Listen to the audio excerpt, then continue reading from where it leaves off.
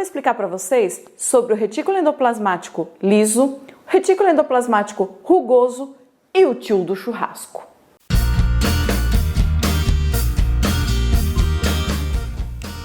Bom, gente, nós vamos continuar então a nossa sequência de organelas citoplasmáticas. Então, olha só, dá uma olhada aí no canal que já tem vídeo sobre mitocôndria, sobre ribossomos e agora sobre o retículo endoplasmático. Gente, essa organela, o retículo endoplasmático, é dividida em duas categorias, dois tipos, na verdade. Existe o retículo endoplasmático liso ou agranular e o retículo endoplasmático rugoso ou granular. Elas são organelas citoplasmáticas membranosas, ou seja, são formadas por membranas.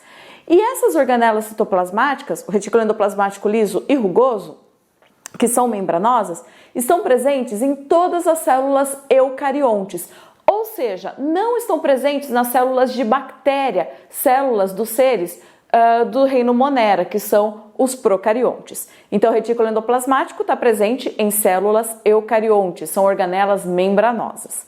E essa membrana que forma o retículo endoplasmático, ela tem uma composição química muito parecida com a da membrana plasmática. É formado também por lipídios e proteínas, ok? Bom, gente, o retículo endoplasmático liso e o retículo endoplasmático rugoso tem uma pequena diferença entre eles. Um é rugoso e outro é liso, é isso? Exatamente. Como assim? O retículo endoplasmático rugoso possui ribossomos em sua superfície. E os ribossomos são organelas muito pequenininhas responsáveis pela síntese de proteínas, que a gente já viu anteriormente. O retículo endoplasmático liso não tem ribossomos na sua superfície. Bom, vamos dar uma olhada então nas características do retículo endoplasmático? Retículo endoplasmático, a função principal dele na célula é o transporte, que eu já vou explicar melhor para vocês, tá? Mas guardem isso, tá, gente? Retículo endoplasmático, transporte. Como eu falei para vocês, existem dois tipos de retículo endoplasmático. O retículo endoplasmático rugoso ou granular, que pode ser representado pelas siglas RER, de retículo endoplasmático rugoso, ou REG, retículo endoplasmático granular. E o outro tipo é o retículo endoplasmático liso ou agranular, que pode ser representado pela sigla REL ou REA. Vamos dar uma olhada no aspecto dessa organela. Então, gente, olha só, a gente ampliou aqui uma célula, né? Então, essa estrutura aqui está representando o núcleo. Então, essa membrana seria a carioteca ou envoltório nuclear. O retículo endoplasmático, ele fica bem próximo ao núcleo da célula e é uma organela bem grande, tá? É uma rede de canais. Então, vocês podem ver que aqui eu tenho o retículo endoplasmático rugoso bem próximo e até ligado aqui com a carioteca, tá? Então, olha só, formando esses canais aqui que fazem transporte de substâncias. No caso, esse retículo endoplasmático, ele é rugoso porque ele tem os ribossomos na sua superfície. Aqui ao lado, né, eu tenho o retículo endoplasmático liso, que vai ter essa mesma característica de ser uma organela membranosa, formando canais, só que ela não vai ter os ribossomos aderidos à sua superfície. Essas dobras aqui do retículo endoplasmático formam as estruturas que recebem o nome de cisternas. Então, gente, olha só, retículo endoplasmático, organela membranosa grande, rede de canais responsáveis pelo transporte de substâncias na célula. Bom, gente, vamos falar agora sobre a função do retículo endoplasmático rugoso ou granular, tá? Só que eu vou chamar de rugoso para ficar mais fácil, mas você sabe que os dois termos estão corretos e são utilizados. Bom, o retículo endoplasmático rugoso, além de ser chamado de granular, ele também pode ser chamado de ergastoplasma, porque biologia é assim. Vamos colocar 3 nomes bem difíceis na mesma coisa, tá? Infelizmente é o que acontece na minha linda disciplina. Enfim, então o retículo endoplasmático rugoso, que tem os ribossomos aderidos na sua superfície, vai ser responsável pelo transporte de substâncias na célula. E ele vai ter uma função também de síntese de proteínas. Lembra que nós vimos os ribossomos? Lembra que eu expliquei para vocês que os ribossomos são responsáveis por sintetizar proteínas? Muito bem. Então, os ribossomos vão sintetizar essas proteínas e o retículo endoplasmático vai fazer o transporte delas nas células. Só que as proteínas que são produzidas no retículo endoplasmático rugoso são proteínas que vão ser exportadas, que vão ser mandadas para fora da célula, como, por exemplo, hormônios, enzimas e anticorpos. Então, por exemplo, pessoal, quando a sua glândula vai produzir um hormônio, né? Lembra, hormônio é proteína, né? Vai produzir um hormônio, esse hormônio vai passar por essa rede de canais, né, do retículo endoplasmático rugoso, para poder ser secretado e cair na corrente sanguínea, por exemplo. Os anticorpos vão acontecer a mesma coisa e as enzimas também. Lembrando que enzimas são sempre proteínas e as enzimas elas aceleram reações químicas no nosso metabolismo, sem serem consumidas nessas reações químicas. Então, essa síntese, essa secreção de proteínas vai acontecer a partir do retículo endoplasmático rugoso, que está sintetizando, que está produzindo essas proteínas, ok? E aí, você me pergunta, tá, legal, que células que vão ter esse retículo endoplasmático rugoso mais desenvolvidos? As células que são responsáveis pela produção dos hormônios e das enzimas, tá, gente? Como, por exemplo, as glândulas. As glândulas vão ter o retículo endoplasmático rugoso um pouco mais desenvolvidos do que as outras células, ok? Bom, gente, e agora vamos falar então do retículo endoplasmático liso ou agranular e as suas funções. Gente, o retículo endoplasmático liso ou agranular também vai ter função de transporte de substâncias na célula, tá? Tanto o retículo endoplasmático rugoso quanto o liso fazem transporte. E aí, gente, o que vai acontecer? O retículo endoplasmático liso também é responsável pela síntese de lipídios. Como assim? Ele vai ser responsável pela síntese de lipídios que estão, por exemplo, no fígado, tá? Então as células hepáticas vão ter um retículo endoplasmático liso também bem desenvolvido e também vai ser responsável pela síntese de lipídios nas gônadas, que vão fazer a síntese dos hormônios sexuais. Por exemplo, os hormônios esteroides, como a testosterona, são formados a partir de lipídios. Então, por exemplo, para ter a síntese de testosterona nas gônadas masculinas, tem que ter o lipídio que é sintetizado pelo retículo endoplasmático liso. As mulheres também produzem em menor quantidade a testosterona, mas aí são as glândulas suprarrenais que fazem esse trabalho. Então, a gente também vai ter um retículo endoplasmático liso mais desenvolvido nas células das glândulas suprarrenais produzindo essa testosterona, ok? Outra função do retículo endoplasmático liso ou agranular está nas células do músculo estriado esquelético. O músculo estriado esquelético é aquele músculo que é ligado aos nossos ossos, né, ao nosso esqueleto, e são músculos que fazem os movimentos que a gente controla, fazem movimentos voluntários, tá? Fazem lá contração muscular. Para você fazer a contração muscular, é necessária a liberação de cálcio no seu músculo. Mais para frente eu vou explicar esse processo para vocês. Mas você tem que entender que esse cálcio que é liberado para o teu músculo contrair, fica armazenado no retículo endoplasmático liso. Então ele também vai armazenar o cálcio da contração muscular, tá? E uma outra função super importante do retículo endoplasmático liso, e agora entra um personagem que eu vou apresentar para vocês. O tio do churrasco. Meu Deus, mas quem é o tio do churrasco?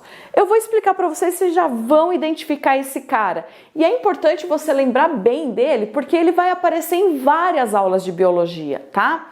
Quem é o tio do churrasco? Gente, todo mundo tem um tio do churrasco, que é aquele tio que sempre está presente no churrasco de família. Ele é o primeiro a chegar e o último a sair. O tio do churrasco é um homem que quando está de costas é normal. Quando ele vira de frente, ele é um homem grávido. Ele tem aquela barriga redondinha, durinha, perfeitinha. Tá identificando, né? O tio do churrasco é famoso por se alimentar basicamente de carne e embutidos como, por exemplo, um salaminho, uma linguicinha, né? Quando você diz para o tio do churrasco que ele precisa comer mais frutas, ele fala, mas eu como frutas, e mostra que ele está comendo uma porção de azeitonas. Outra característica do tio do churrasco, e aí que entra o nosso interesse de hoje, é o fato dele conseguir beber cerveja, ou seja lá o que for, das 10 da manhã até as 10 da noite. E ele, aparentemente, não fica bêbado. Ele é super resistente ao álcool. Identificaram essa pessoa? Por que eu tô falando do tio do churrasco hoje? Vou falar várias vezes nas próximas aulas, mas por que eu tô falando dele agora? Gente, de onde vem essa capacidade do tio do churrasco de beber muita cerveja e não ficar bêbado? Vem de uma função do retículo endoplasmático liso. O retículo endoplasmático liso também tem a função de desintoxicação no nosso organismo. O que isso quer dizer? Quando substâncias tóxicas são ingeridas, como por exemplo o álcool e medicamentos, algumas células do nosso organismo, células do fígado mais especificamente, tem que desintoxicar o seu organismo. Ou seja, tem que pegar aquela substância tóxica e transformar numa substância não tóxica ou menos tóxica, para poder ser eliminado, geralmente pela urina. Então, no caso do tio do churrasco que toma muita cerveja, o que foi acontecendo no organismo dele? O retículo endoplasmático liso dele foi aumentando. Então, se você pegar as células de fígado do tio do churrasco, o retículo endoplasmático dessas células vão ser, o retículo endoplasmático liso dessas células vão ser maiores do que o normal, tá? Por isso que ele consegue tomar uma certa quantidade de álcool a mais e ele não sente tantos efeitos assim. No caso de pessoas que tomam medicamento constantemente, o retículo endoplasmático liso também é mais desenvolvido para ajudar nesse processo de desintoxicação. Não estou recomendando que vocês bebam muita cerveja para criar retículo endoplasmático liso e achar que vai ficar super bem, super saudável, tá, gente? Isso pode chegar uma hora que sobrecarrega os rins e pode trazer problemas. E vocês sabem muito bem disso, né? Se o tio do churrasco parar de beber e ficar um bom tempo sem beber, vamos supor 2 anos sem ingerir bebida alcoólica. Se ele tomar bebida alcoólica novamente, ele vai ficar bêbado com mais facilidade?